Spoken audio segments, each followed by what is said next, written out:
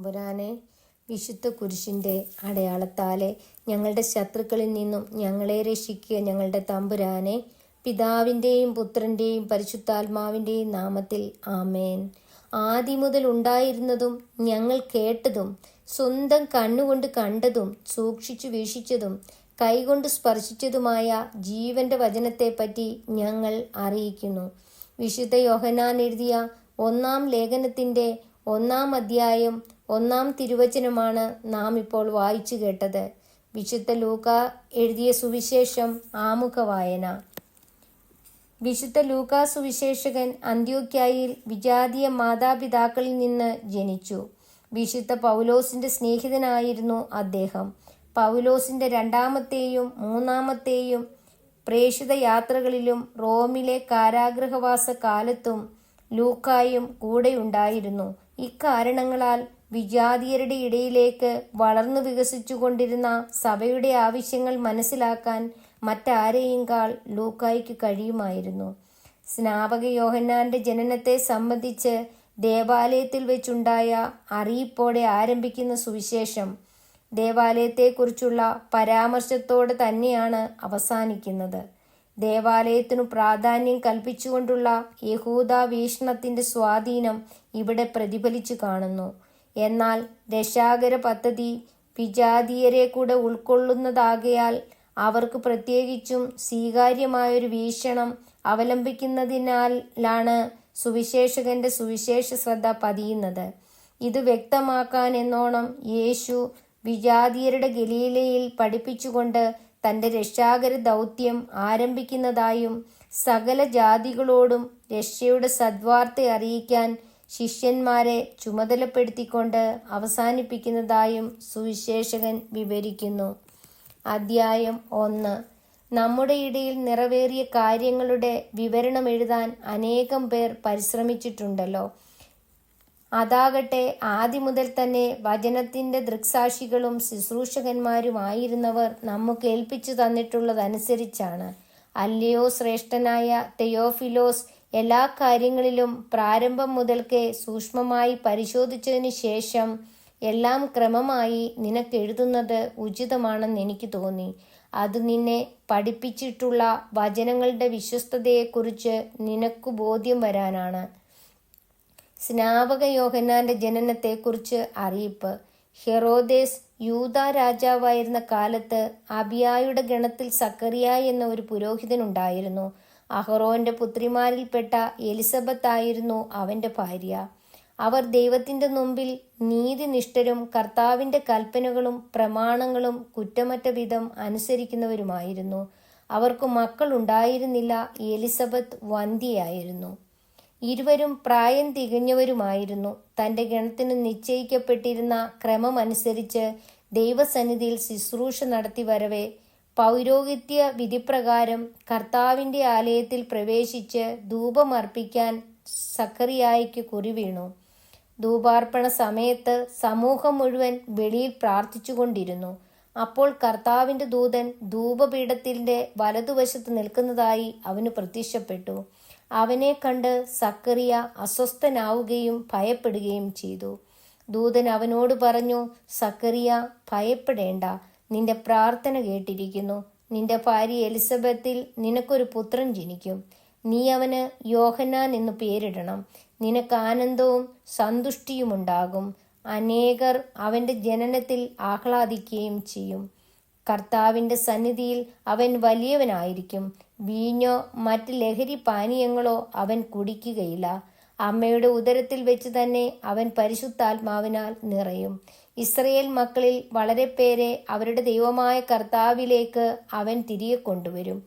പിതാക്കന്മാരുടെ ഹൃദയങ്ങളെ മക്കളിലേക്കും അനുസരണമില്ലാത്തവരെ നീതിമാന്മാരുടെ വിവേകത്തിലേക്കും തിരിച്ചുവിടാനും സജ്ജീകൃതമായ ഒരു ജനത്തെ കർത്താവിനു വേണ്ടി ഒരുക്കാനും ഏലിയായുടെ ചൈതന്യത്തോടും ശക്തിയോടും കൂടെ അവൻ കർത്താവിൻ്റെ മുമ്പേ പോകും. സക്കറിയ ദൂതനോട് ചോദിച്ചു, ഞാനിത് എങ്ങനെ അറിയും? ഞാൻ വൃദ്ധനാണ്, എൻ്റെ ഭാര്യ പ്രായം കവിഞ്ഞവളുമാണ്. ദൂതൻ മറുപടി പറഞ്ഞു, ഞാൻ ദൈവസന്നിധിയിൽ നിൽക്കുന്ന ഗബ്രിയേലാണ്. നിന്നോട് സംസാരിക്കാനും സന്തോഷകരമായ ഈ വാർത്ത നിന്നെ അറിയിക്കുവാനും ഞാൻ അയക്കപ്പെട്ടിരിക്കുന്നു. യഥാകാലം പൂർത്തിയാകേണ്ട എൻ്റെ വചനം അവിശ്വസിച്ചതുകൊണ്ട് നീ മൂകനായിത്തീരും. ഇവ സംഭവിക്കുന്നതുവരെ സംസാരിക്കാൻ നിനക്ക് സാധിക്കയില്ല. ജനം സക്കറിയായെ കാത്തു നിൽക്കുകയായിരുന്നു.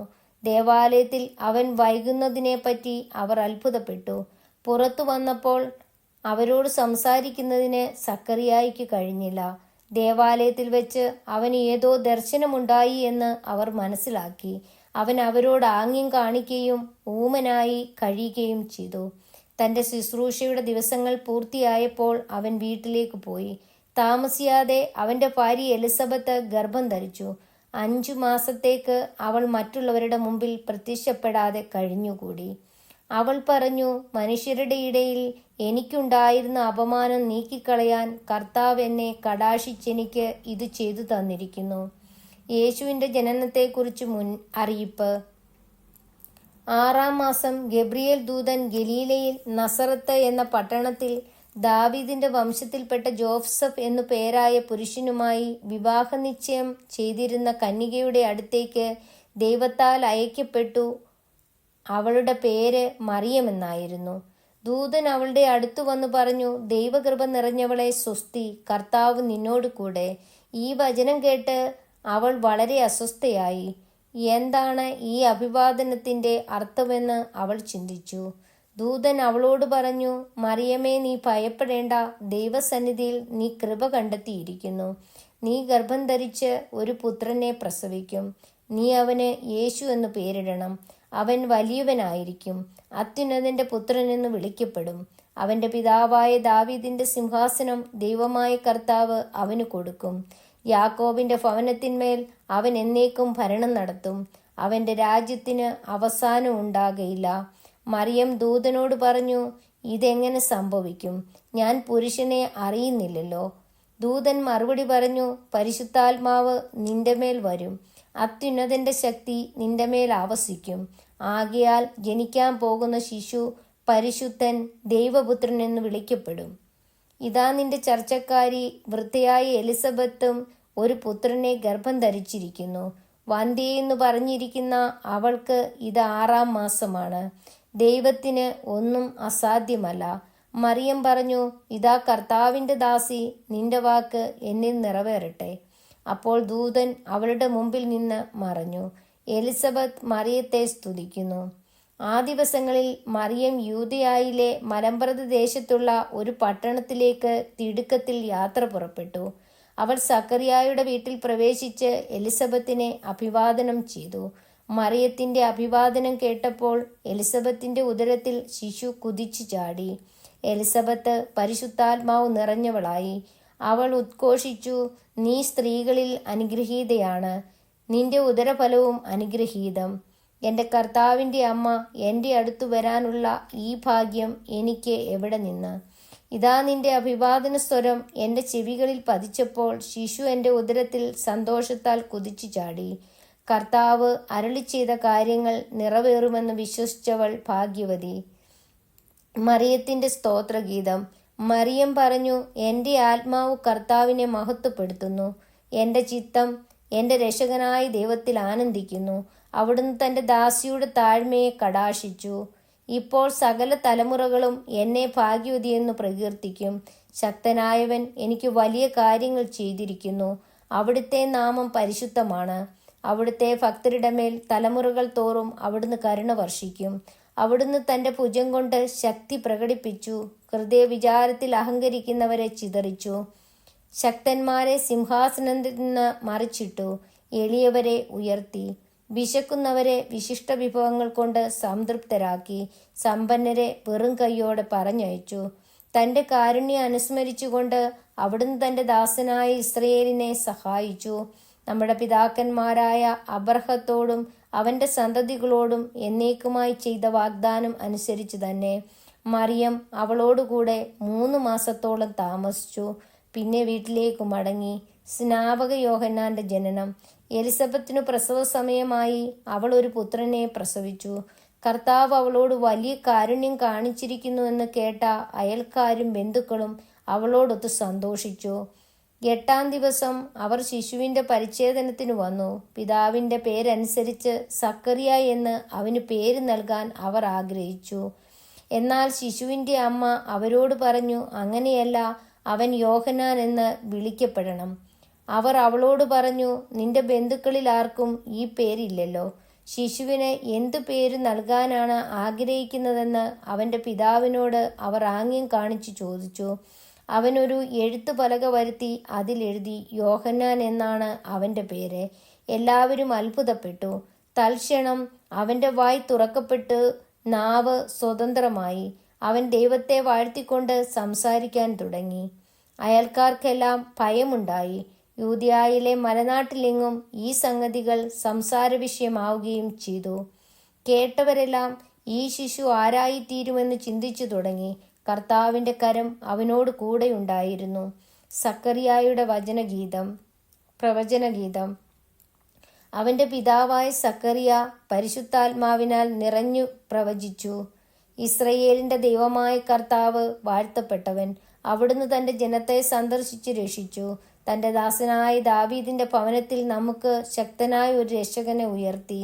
ആദ്യം മുതൽ തൻ്റെ വിശുദ്ധന്മാരായ പ്രവാചകന്മാരുടെ അധരങ്ങളിലൂടെ അവിടുന്ന് അരുളി ചെയ്തതുപോലെ ശത്രുക്കളിൽ നിന്നും നമ്മെ വെറുക്കുന്നവരുടെ കയ്യിൽ നിന്നും നമ്മെ രക്ഷിക്കുവാനും നമ്മുടെ പിതാക്കന്മാരോട് വാഗ്ദാനം ചെയ്ത കാരുണ്യം നിവർത്തിക്കുവാനും നമ്മുടെ പിതാവായ അബ്രഹാത്തോട് ചെയ്ത അവിടുത്തെ വിശുദ്ധമായ ഉടമ്പടി അനുസ്മരിക്കാനും ശത്രുക്കളുടെ കയ്യിൽ നിന്ന് വിമോചിതരായി നിർഭയം പരിശുദ്ധിയിലും നീതിയിലും എപ്പോഴും അവിടുത്തെ മുമ്പിൽ ശുശ്രൂഷ ചെയ്യുവാൻ വേണ്ട അനുഗ്രഹം നമുക്ക് നൽകാനുമായിട്ടാണ് ഇത്. നീയോ കുഞ്ഞെ അത്യുന്നതൻ്റെ പ്രവാചകൻ എന്ന് വിളിക്കപ്പെടും. കർത്താവിന് വഴിയൊരുക്കാൻ അവിടുത്തെ മുൻപേ നീ പോകും. അത് അവിടുത്തെ ജനത്തിന് പാപമോചനം വഴിയുള്ള രക്ഷയെക്കുറിച്ച് അറിവ് കൊടുക്കാനാവും. നമ്മുടെ ദൈവത്തിൻ്റെ കാരുണ്യാതിരേകം കൊണ്ട് ഉയരത്തിൽ നിന്നുള്ള ഉദയരശ്മി നമ്മെ സന്ദർശിക്കുമ്പോൾ ഇരുളിലും മരണത്തിൻ്റെ നിഴലിലും ഇരിക്കുന്നവർക്ക് പ്രകാശം വീശാനും സമാധാനത്തിൻ്റെ മാർഗത്തിലേക്ക് നമ്മുടെ പാദങ്ങളെ നയിക്കാനും വേണ്ടിയാണ്. ശിശു വളർന്ന് ആത്മാവിൽ ശക്തിപ്പെട്ടു. ഇസ്രയേലിന് വെളിപ്പെടുന്നതുവരെ അവൻ മരുഭൂമിയിലായിരുന്നു. ലൂക്കായുടെ സുവിശേഷം അധ്യായം 2. യേശുവിൻ്റെ ജനനം. അക്കാലത്ത് ലോകമാസകലമുള്ള ജനങ്ങളുടെ പേര് എഴുതി ചേർക്കപ്പെടണമെന്ന് അഗസ്റ്റസ് സീസറിൽ നിന്ന് കൽപ്പന പുറപ്പെട്ടു. കിരിനിയോസ് സിറിയയിൽ ദേശാധിപതിയായിരിക്കുമ്പോൾ ആദ്യത്തെ ഈ പേരെഴുത്ത് നടന്നു. പേരെഴുതിക്കാനായി ഓരോരുത്തരും താങ്കളുടെ നഗരത്തിലേക്ക് പോയി. ജോസഫ് ദാവീദിൻ്റെ കുടുംബത്തിലും വംശത്തിലും പെട്ടവനായിരുന്നതിനാൽ പേരെഴുതിക്കാനായി ഗലീലയിലെ പട്ടണമായ നസറത്തിൽ നിന്ന് യൂദയായിൽ ദാവീദിൻ്റെ പട്ടണമായ ബേത്ലഹേമിലേക്ക് ഗർഭിണിയായ ഭാര്യ മറിയത്തോടുകൂടെ പോയി. അവിടെ ആയിരിക്കുമ്പോൾ അവൾക്ക് പ്രസവ സമയം അടുത്തു. അവൾ തൻ്റെ കടിഞ്ഞൂൽ പുത്രനെ പ്രസവിച്ചു. അവനെ പിള്ളക്കച്ചുകൊണ്ട് പൊതിഞ്ഞ് പുൽത്തൊട്ടിയിൽ കിടത്തി. കാരണം സത്രത്തിൽ അവർക്ക് സ്ഥലം ലഭിച്ചില്ല. ആട്ടിടയന്മാർക്ക് ലഭിച്ച സന്ദേശം. ആ പ്രദേശത്തെ വയലുകളിൽ ആടുകളെ രാത്രി കാത്തുകൊണ്ടിരുന്ന ഇടയന്മാർ ഉണ്ടായിരുന്നു. കർത്താവിൻ്റെ ദൂതൻ അവരുടെ അടുത്തെത്തി. കർത്താവിൻ്റെ മഹത്വം അവരുടെ മേൽ പ്രകാശിച്ചു. അവർ വളരെ ഭയപ്പെട്ടു. ദൂതൻ അവരോട് പറഞ്ഞു, ഭയപ്പെടേണ്ട, ഇതാ സകല ജനത്തിനും വേണ്ടിയുള്ള വലിയ സന്തോഷത്തിൻ്റെ സദ്വാർത്ത ഞാൻ നിങ്ങളെ അറിയിക്കുന്നു. ദാവീദിൻ്റെ പട്ടണത്തിൽ നിങ്ങൾക്കായി ഒരു രക്ഷകൻ കർത്താവായ ക്രിസ്തു ഇന്ന് ജനിച്ചിരിക്കുന്നു. ഇതായിരിക്കും നിങ്ങൾക്ക് അടയാളം. പിള്ളക്കച്ചുകൊണ്ട് പൊതിഞ്ഞ് പുൽത്തൊട്ടിയിൽ കിടത്തിയിരിക്കുന്ന ഒരു ശിശുവിനെ നിങ്ങൾ കാണും. പെട്ടെന്ന് സ്വർഗീയ സൈന്യത്തിൻ്റെ ഒരു വ്യൂഹം ആ ദൂതനോട് കൂടെ പ്രത്യക്ഷപ്പെട്ട് ദൈവത്തെ സ്തുതിച്ചുകൊണ്ട് പറഞ്ഞു, അത്യുന്നതങ്ങളിൽ ദൈവത്തിനു മഹത്വം, ഭൂമിയിൽ ദൈവകൃപ ലഭിച്ചവർക്ക് സമാധാനം. ദൂതന്മാർ അവരെ വിട്ട് സ്വർഗത്തിലേക്ക് പോയപ്പോൾ ആട്ടിടയന്മാർ പരസ്പരം പറഞ്ഞു, നമുക്ക് ബേത്ലഹേം വരെ പോകാം. കർത്താവ് നമ്മെ അറിയിച്ച ഈ സംഭവം നമുക്ക് കാണാം. അവർ അതിവേഗം പോയി മറിയത്തെയും ജോസഫിനെയും പുൽത്തൊട്ടിയിൽ കിടക്കുന്ന ശിശുവിനെയും കണ്ടു. അനന്തരം ശിശുവിനെക്കുറിച്ച് തങ്ങളോട് പറയപ്പെട്ട കാര്യങ്ങൾ മറ്റുള്ളവരെ അവർ അറിയിച്ചു. അത് കേട്ടവരെല്ലാം ഇടയന്മാർ തങ്ങളോട് പറഞ്ഞ സംഗതികളെക്കുറിച്ച് അത്ഭുതപ്പെട്ടു. മറിയമാകട്ടെ ഇതെല്ലാം ഹൃദയത്തിൽ സംഗ്രഹിച്ച് ഗാഢമായി ചിന്തിച്ചുകൊണ്ടിരുന്നു. തങ്ങളോട് പറയപ്പെട്ടതുപോലെ കാണുകയും കേൾക്കുകയും ചെയ്ത സകല കാര്യങ്ങളെയും കുറിച്ച് ദൈവത്തെ മഹത്വപ്പെടുത്തുകയും സ്തുതിക്കുകയും ചെയ്തുകൊണ്ട് ആ ഇടയന്മാർ തിരിച്ചുപോയി. പരിച്ഛേദനം സമർപ്പണം. യേശുവിൻ്റെ പരിച്ഛേദനത്തിനുള്ള 8-ാം ദിവസമായപ്പോൾ അവൻ ഗർഭത്തിൽ ഉരുവാകുന്നതിനു മുമ്പ് ദൂതൻ നിർദ്ദേശിച്ചിരുന്ന യേശു എന്ന പേര് അവന് നൽകി. മോശയുടെ നിയമമനുസരിച്ച് ശുദ്ധീകരണത്തിനുള്ള ദിവസങ്ങൾ പൂർത്തിയായപ്പോൾ അവർ അവനെ കർത്താവിന് സമർപ്പിക്കാൻ ജെറുസലേമിലേക്ക് കൊണ്ടുപോയി. കടിഞ്ഞൂൽ പുത്രന്മാരൊക്കെയും കർത്താവിൻ്റെ പരിശുദ്ധനെന്ന് വിളിക്കപ്പെടണമെന്നും ഒരു ജോഡി ചെങ്ങാലികളെയോ 2 പ്രാവിൻ കുഞ്ഞുങ്ങളെയോ ബലി അർപ്പിക്കണമെന്നും കർത്താവിൻ്റെ നിയമത്തിൽ പറഞ്ഞിരിക്കുന്നതനുസരിച്ചാണ് അവർ അങ്ങനെ ചെയ്തത്. ശിമയോനും അന്നായും. ജെറുസലേമിൽ ശിമയോൻ എന്നൊരുവൻ ജീവിച്ചിരുന്നു. അവൻ നീതിമാനും ദൈവഭക്തനും ഇസ്രയേലിൻ്റെ ആശ്വാസം പ്രതീക്ഷിച്ചിരുന്നവനും ആയിരുന്നു. പരിശുദ്ധാത്മാവ് അവൻ്റെ മേലുണ്ടായിരുന്നു. കർത്താവിൻ്റെ അഭിഷിക്തനെ കാണുന്നതുവരെ മരിക്കുകയില്ല എന്ന് പരിശുദ്ധാത്മാവ് അവന് വെളിപ്പെടുത്തിയിരുന്നു. പരിശുദ്ധാത്മാവിൻ്റെ പ്രേരണയാൽ അവൻ ദേവാലയത്തിലേക്ക് വന്നു. നിയമപ്രകാരമുള്ള അനുഷ്ഠാനങ്ങൾക്കായി ശിശുവായ യേശുവിനെ മാതാപിതാക്കന്മാർ ദേവാലയത്തിൽ കൊണ്ടുചെന്നു. ശിമയോൻ ശിശുവിനെ കയ്യിലെടുത്ത് ദൈവത്തെ സ്തുതിച്ചുകൊണ്ട് പറഞ്ഞു, കർത്താവെ, അവിടുത്തെ വാഗ്ദാനം അനുസരിച്ച് ഇപ്പോൾ ഈ ദാസനെ സമാധാനത്തിൽ വിട്ടയക്കണമേ. എന്തെന്നാൽ സകല ജനതകൾക്കും വേണ്ടി അങ്ങ് ഒരുക്കിയിരുന്ന രക്ഷ എൻ്റെ കണ്ണുകൾ കണ്ടു കഴിഞ്ഞു. അത് വിജാതീയർക്ക് വെളിപാടിൻ്റെ പ്രകാശവും അവിടുത്തെ ജനമായ ഇസ്രയേലിൻ്റെ മഹിമയുമാണ്. അവനെക്കുറിച്ച് പറയപ്പെട്ടതെല്ലാം കേട്ട് അവൻ്റെ പിതാവും മാതാവും അത്ഭുതപ്പെട്ടു. ശിമയോൻ അവരെ അനുഗ്രഹിച്ചുകൊണ്ട് അവൻ്റെ അമ്മയായ മറിയത്തോട് പറഞ്ഞു, ഇവൻ ഇസ്രയേലിൽ പലരുടെയും വീഴ്ചയ്ക്കും ഉയർച്ചയ്ക്കും കാരണമാകും. ഇവൻ വിവാദ വിഷയമായ അടയാളമായിരിക്കും. അങ്ങനെ അനേകരുടെ ഹൃദയ വിചാരങ്ങൾ വെളിപ്പെടും. നിന്റെ ഹൃദയത്തിലൂടെ ഒരു വാൾ തുളച്ചു കയറുകയും ചെയ്യും. പനുവേലിൻ്റെ പുത്രിയും അഷേർ വംശജിയുമായ അന്ന എന്നൊരു പ്രവാചകിയും അവിടെ ഉണ്ടായിരുന്നു. അവൾ കന്യകാപ്രായം മുതൽ 7 വർഷം ഭർത്താവിനോടൊത്ത് ജീവിച്ചു. 84 വയസ്സായ ഈ വിധവ ദേവാലയം വിട്ടുപോകാതെ രാപ്പകൽ ദൈവത്തെ സ്തുതിച്ചുകൊണ്ട് ഉപവാസത്തിലും പ്രാർത്ഥനയിലും കഴിയുകയായിരുന്നു. അവൾ അപ്പോൾ തന്നെ മുൻപോട്ട് വന്ന് ദൈവത്തെ സ്തുതിക്കുകയും ജെറുസലേമിൽ രക്ഷ പ്രതീക്ഷിച്ചുകൊണ്ടിരുന്ന എല്ലാവരോടും ശിശുവിനെക്കുറിച്ച് സംസാരിക്കുകയും ചെയ്തു. കർത്താവിൻ്റെ നിയമപ്രകാരം എല്ലാം നിവർത്തിച്ച ശേഷം അവർ സ്വനഗരമായ ഗലീലയിലെ നസറത്തിലേക്ക് മടങ്ങി. ശിശു വളർന്നു ജ്ഞാനം നിറഞ്ഞ് ശക്തനായി. ദൈവത്തിൻ്റെ കൃപ അവൻ്റെ മേലുണ്ടായിരുന്നു. ബാലനായ യേശു ദേവാലയത്തിൽ. യേശുവിൻ്റെ മാതാപിതാക്കന്മാർ ആണ്ടുതോറും പെസഹാ തിരുനാളിന് ജെറുസലേമിൽ പോയിരുന്നു. അവന് 12 വയസ്സായപ്പോൾ പതിവനുസരിച്ച് അവർ തിരുനാളിന് പോയി. തിരുനാൾ കഴിഞ്ഞ് അവർ മടങ്ങിപ്പോന്നു. എന്നാൽ ബാലനായ യേശു ജെറുസലേമിൽ തങ്ങി. മാതാപിതാക്കന്മാർ അതറിഞ്ഞില്ല. അവൻ യാത്രാസംഘത്തിൻ്റെ കൂടെ കാണുമെന്ന് വിചാരിച്ച് അവർ ഒരു ദിവസത്തെ വഴി പിന്നിട്ട് ബന്ധുക്കളുടെയും പരിചയക്കാരുടെയും ഇടയിൽ അന്വേഷിച്ചിട്ട് കാണായികയാൽ യേശുവിനെ തിരക്കി അവർ ജെറുസലേമിലേക്ക് തിരിച്ചുപോയി. 3 ദിവസങ്ങൾക്ക് ശേഷം അവർ അവനെ ദേവാലയത്തിൽ കണ്ടെത്തി. അവൻ ഉപാധ്യായന്മാരുടെ ഇടയിലിരുന്ന് അവർ പറയുന്നത് കേൾക്കുകയും അവരോട് ചോദ്യങ്ങൾ ചോദിക്കുകയും ചെയ്യുകയായിരുന്നു. കേട്ടവരെല്ലാം അവൻ്റെ ബുദ്ധിശക്തിയിലും മറുപടികളിലും അത്ഭുതപ്പെട്ടു. അവനെ കണ്ടപ്പോൾ മാതാപിതാക്കൾ വിസ്മയിച്ചു. അവൻ്റെ അമ്മ അവനോട് പറഞ്ഞു, കുഞ്ഞെ, നീ ഞങ്ങളോടിങ്ങനെ ചെയ്തതെന്ത്? നിന്റെ പിതാവും ഞാനും ഉത്കണ്ഠയോടെ നിന്നെ അന്വേഷിക്കുകയായിരുന്നു.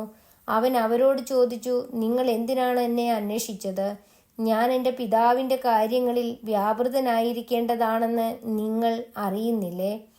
അവൻ തങ്ങളോട് പറഞ്ഞതെന്തെന്ന് അവർ ഗ്രഹിച്ചില്ല. പിന്നെ അവൻ അവരോടൊപ്പം പുറപ്പെട്ട് നസറത്തിൽ വന്ന് അവർക്ക് വിധേയനായി ജീവിച്ചു. അവൻ്റെ അമ്മ ഇക്കാര്യങ്ങളെല്ലാം ഹൃദയത്തിൽ സംഗ്രഹിച്ചു. യേശു ജ്ഞാനത്തിലും പ്രായത്തിലും ദൈവത്തിൻ്റെയും മനുഷ്യരുടെയും പ്രീതിയിലും വളർന്നു വന്നു. ലൂക്കായുടെ സുവിശേഷം അധ്യായം 3. സ്നാപകന്റെ പ്രഭാഷണം. തിബേരിയൂസ് സീസറിന്റെ 15-ാം ഭരണവർഷം പൊന്തിയൂസ് പീലാത്തോസ് യൂദയായുടെ ദേശാധിപതിയും ഹെറോദോസ് ഗലീലയുടെയും അവന്റെ സഹോദരൻ ഫിലിപ്പോസ് ഇത്തൂറിയ ത്രാക്കോണിത്തീസ് പ്രദേശങ്ങളുടെയും ലിസാനിയോസ് അബിലേനയുടെയും ഭരണാധിപന്മാരും അന്നാസും കയ്യഫാസും പ്രധാന പുരോഹിതന്മാരുമായിരിക്കെ സക്കറിയായുടെ പുത്രനായ യോഹന്നാന് മരുഭൂമിയിൽ വച്ചു ദൈവത്തിന്റെ അരുളപ്പാടുണ്ടായി. അവൻ പാപമോചനത്തിനുള്ള മാനസാന്തരത്തിന്റെ ജ്ഞാനസ്നാനം പ്രസംഗിച്ചുകൊണ്ട് ജോർദാന്റെ സമീപ പ്രദേശങ്ങളിലേക്ക് വന്നു. യെശയ്യാ പ്രവാചകന്റെ പുസ്തകത്തിൽ എഴുതപ്പെട്ടിരിക്കുന്നത് പോലെ മരുഭൂമിയിൽ വിളിച്ചു പറയുന്നവന്റെ ശബ്ദം, കർത്താവിന്റെ വഴി ഒരുക്കുവിൻ, അവന്റെ പാത നേരെയാക്കുവിൻ. താഴ്വരകൾ നികത്തപ്പെടും, കുന്നും മലയും നിരത്തപ്പെടും, വളഞ്ഞ വഴികൾ നേരെയാക്കപ്പെടും, പരുപരുത്തവ മൃദുലമാക്കപ്പെടും. സകല മനുഷ്യരും ദൈവത്തിന്റെ രക്ഷ കാണുകയും ചെയ്യും. ജ്ഞാനസ്നാനം സ്വീകരിക്കാൻ തന്റെ അടുത്തേക്ക് വന്നിരുന്ന ജനക്കൂട്ടങ്ങളോട് അവൻ ചോദിച്ചു, അണലി സന്തതികളെ, ആസന്നമായ ക്രോധത്തിൽ നിന്ന് ഓടിയകലാൻ നിങ്ങൾക്ക് മുന്നറിയിപ്പ് നൽകിയത് ആരാണ്? മാനസാന്തരത്തിന് യോജിച്ച ഫലങ്ങൾ പുറപ്പെടുവിക്കുവിൻ. ഞങ്ങൾക്ക് പിതാവായി അബ്രഹാം ഉണ്ട് എന്ന് പറഞ്ഞ് നിങ്ങൾ അഭിമാനിക്കേണ്ട. കാരണം ഈ കല്ലുകളിൽ നിന്ന് അബ്രഹാത്തിന് സന്താനങ്ങളെ പുറപ്പെടുവിക്കാൻ ദൈവത്തിന് കഴിയുമെന്ന് ഞാൻ നിങ്ങളോട് പറയുന്നു. വൃക്ഷങ്ങളുടെ വേരിന് കോടാലി വയ്ക്കപ്പെട്ട് കഴിഞ്ഞു. നല്ല ഫലം നൽകാത്ത വൃക്ഷങ്ങളെല്ലാം വെട്ടി തീയിലെറിയപ്പെടും. ജനക്കൂട്ടം അവനോട് ചോദിച്ചു, ഞങ്ങൾ എന്താണ് ചെയ്യേണ്ടത്? അവൻ പറഞ്ഞു, രണ്ടുടുപ്പുള്ളവൻ ഒന്നില്ലാത്തവന് കൊടുക്കട്ടെ, ഭക്ഷണമുള്ളവനും അങ്ങനെ ചെയ്യട്ടെ. ചുങ്കക്കാരും സ്നാനം സ്വീകരിക്കാൻ വന്നു. അവരും അവനോട് ചോദിച്ചു, ഗുരു, ഞങ്ങൾ എന്ത് ചെയ്യണം? അവൻ പറഞ്ഞു, നിങ്ങളോട് ആജ്ഞാപിച്ചിട്ടുള്ളതിൽ കൂടുതൽ ഈടാക്കരുത്. പടയാളികളും അവനോട് ചോദിച്ചു, ഞങ്ങൾ എന്തു ചെയ്യണം? അവൻ അവരോട് പറഞ്ഞു, നിങ്ങൾ ആരെയും ഭീഷണിപ്പെടുത്തരുത്, വ്യാജമായ കുറ്റാരോപണവും അരുത്, വേതനം കൊണ്ട് തൃപ്തിപ്പെടണം. പ്രതീക്ഷയോടെ ഇരുന്ന ജനമെല്ലാം അവൻ തന്നെയോ ക്രിസ്തു എന്ന് യോഹന്നാനെ പറ്റി ചിന്തിച്ചു തുടങ്ങി. യോഹന്നാൻ അവരോട് പറഞ്ഞു, ഞാൻ ജലം കൊണ്ട് സ്നാനം നൽകുന്നു, എന്നാൽ എന്നേക്കാൾ ശക്തനായ ഒരുവൻ വരുന്നു. അവന്റെ ചെരുപ്പിന്റെ കെട്ടഴിക്കാൻ പോലും ഞാൻ യോഗ്യനല്ല. അവൻ പരിശുദ്ധാത്മാവിനാലും അഗ്നിയാലും നിങ്ങൾക്ക് സ്നാനം നൽകും. വീശുമുറം അവന്റെ കയ്യിലുണ്ട്. അവൻ കാഹളം വെടിപ്പാക്കി ഗോതമ്പ് അറപ്പുരയിൽ ശേഖരിക്കുകയും പതിര് കെടാത്ത തീയിൽ ദഹിപ്പിക്കുകയും ചെയ്യും. അതുപോലെ മറ്റു പല ഉദ്ബോധനങ്ങളിലൂടെയും അവൻ ജനത്തെ സദ്വാർത്ത അറിയിച്ചു. യോഹന്നാൻ കാരാഗൃഹത്തിൽ.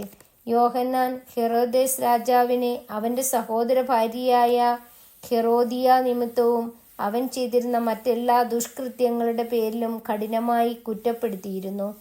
തൽഫലമായി ഹെറോദേസ് യോഹന്നാനെ കാരാഗൃഹത്തിൽ അടച്ചു. അങ്ങനെ തന്റെ തിന്മകളുടെ എണ്ണം ഒന്നുകൂടി വർദ്ധിച്ചു. യേശുവിന്റെ ജ്ഞാനസ്നാനം. ജനം സ്നാനം സ്വീകരിച്ചു കൊണ്ടിരിക്കുമ്പോൾ യേശുവും വന്ന് സ്നാനമേറ്റു. അവൻ പ്രാർത്ഥിച്ചു കൊണ്ടിരിക്കുമ്പോൾ സ്വർഗം തുറക്കപ്പെട്ടു. പരിശുദ്ധാത്മാവ് പ്രാവിന്റെ രൂപത്തിൽ അവന്റെ മേൽ ഇറങ്ങി വന്നു. സ്വർഗത്തിൽ നിന്ന് ഒരു സ്വരമുണ്ടായി, നീ എൻ്റെ പ്രിയപുത്രൻ, നിന്നിൽ ഞാൻ പ്രസാദിച്ചിരിക്കുന്നു. യേശുവിൻ്റെ വംശാവലി. പരസ്യജീവിതം ആരംഭിക്കുമ്പോൾ യേശുവിന് ഏകദേശം 30 വയസ്സ് പ്രായമായിരുന്നു. അവൻ ജോസഫിന്റെ മകനാണെന്ന് കരുതപ്പെട്ടിരുന്നു. ജോസഫ് ഹേലിയുടെ പുത്രനായിരുന്നു. ഹേലി മത്താത്തിൻ്റെയും, മത്താത്ത് ലേവിയുടെയും, ലേവി മെൽക്കിയുടെയും, മെൽക്കി യാനിയുടെയും, യാനി ജോസഫിൻ്റെയും പുത്രൻ. ജോസഫ് മത്താത്തിയായുടെയും, മത്താത്തിയ ആമോസിൻ്റെയും, ആമോസ് നാവൂമിൻ്റെയും, നാവൂം ഹെസ്ലിയുടെയും, ഹെസ്ലി നഗായിയുടെയും പുത്രൻ. നഗായി മത്താത്തിൻ്റെയും, മത്താത്തിയായുടെയും, മത്താത്തിയ സെമയിൻ്റെയും, സെമയിൻ യോസേക്കിൻ്റെയും, യോസേക്ക് യോദായുടെയും പുത്രൻ. യോദ യോഹന്നാൻ്റെയും, യോഹന്നാൻ റേസായുടെയും, റേസ സെറുബാബേലിൻ്റെയും, സെറുബാബേൽ സലാത്തിയേലിൻ്റെയും, സലാത്തിയേൽ നേരിയുടെയും പുത്രൻ. നേരി മെൽക്കിയുടെയും, മെൽക്കി ആദിയുടെയും, ആദി കോസാം എൽമാദിൻ്റെയും എൽമാദാം ഏറിൻ്റെയും പുത്രൻ. ഏർ ജോഷുവയുടെയും ജോഷുവ ഏലിയേസറിൻ്റെയും ഏലിയേസർ യോറീമിൻ്റെയും യോറീം മത്താത്തിൻ്റെയും മത്താത്ത് ലേവിയുടെയും പുത്രൻ. ലേവി ശിമയോൻ്റെയും ശിമയോൻ യൂദായുടെയും യൂദ ജോസഫിൻ്റെയും ജോസഫ് യോനാമിൻ്റെയും യോനാം ഏലിയാക്കീമിൻ്റെയും പുത്രൻ. ഏലിയാക്കീം മെലയായുടെയും മെലയ മെന്നായുടെയും മെന്ന മത്തത്തായുടെയും മത്താത്ത നാഥാന്റെയും നാഥാൻ ദാവീദിൻ്റെയും പുത്രൻ. ദാവീദ് ജെസയുടെയും ജെസെ ഓബദിൻ്റെയും ഓബദ് ബോവാസിൻ്റെയും ബോവാസ് സാലായുടെയും സാല നഹശോൻ്റെയും പുത്രൻ. നഹശോൻ അമിനാദാബിൻ്റെയും അമിനാദാബ് അദ്മിൻ്റെയും അദ്മിൻ അർണിയുടെയും അർണി ഹെസ്രോൻ്റെയും ഹെസ്രോൻ പേരസിൻ്റെയും പേരസ് യൂദായുടെയും പുത്രൻ.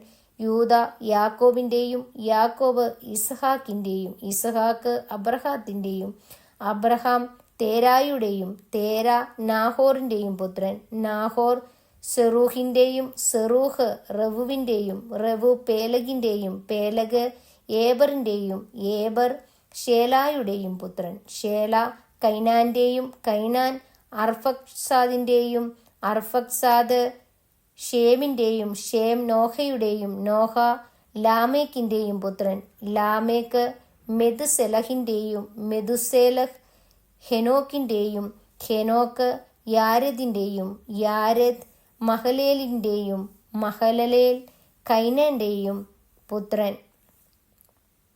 കൈനാൻ ഏനോസിൻ്റെയും ഏനോസ് സേത്തിൻ്റെയും സേത്ത് ആദാമിൻ്റെയും പുത്രനായിരുന്നു. ആദാം ദൈവത്തിൻ്റെതുമായിരുന്നു. നമ്മുടെ കർത്താവായ മിശിഹായ്ക്ക് സ്തുതി. സ്വർഗസ്വനായ ഞങ്ങളുടെ പിതാവേ, അങ്ങയുടെ നാമം പൂജിതമാണമേ, അങ്ങയുടെ രാജ്യം വരണമേ, അങ്ങയുടെ തിരുമനസ്സ് സ്വർഗത്തിലെ പോലെ ഭൂമിയിലുമാകണമേ. അന്നു വേണ്ടുന്ന ആഹാരം ഞങ്ങൾക്ക് തരണമേ. ഞങ്ങളോട് തെറ്റ് ചെയ്യുന്നവരോട് ഞങ്ങൾ ക്ഷമിച്ചിരിക്കുന്നത് പോലെ ഞങ്ങളുടെ തെറ്റുകളും ഞങ്ങളോട് ക്ഷമിക്കണമേ. ഞങ്ങളെ പ്രലോഭനത്തിൽ വീഴാനിടയാക്കരുതേ, ദുഷ്ടാരൂപി ഞങ്ങളെ രക്ഷിച്ചുകൊള്ളണമേ. നന്മ നിറഞ്ഞ മറിയമേ സുസ്ഥി, കർത്താവ് അങ്ങയോടുകൂടെ സ്ത്രീകളിൽ അങ്ങ് അനുഗ്രഹിക്കപ്പെട്ടവളാകുന്നു. അങ്ങയുടെ ഉദരത്തിൻ ഫലമായി ഈശോ അനുഗ്രഹിക്കപ്പെട്ടവനാകുന്നു. പരിശുദ്ധ മറിയമേ തമ്പുരാന്റെ അമ്മേ, പാപികളായ ഞങ്ങൾക്ക് വേണ്ടി ഇപ്പോഴും ഞങ്ങളുടെ മരണസമയത്തും തമ്പുരാനോട് അപേക്ഷിച്ചുകൊള്ളണമേ. പിതാവിനും പുത്രനും പരിശുദ്ധാത്മാവിനും സ്തുതി, ആദിയിലെ പോലെ ഇപ്പോഴും എപ്പോഴും എന്നേക്കും. ആമേൻ.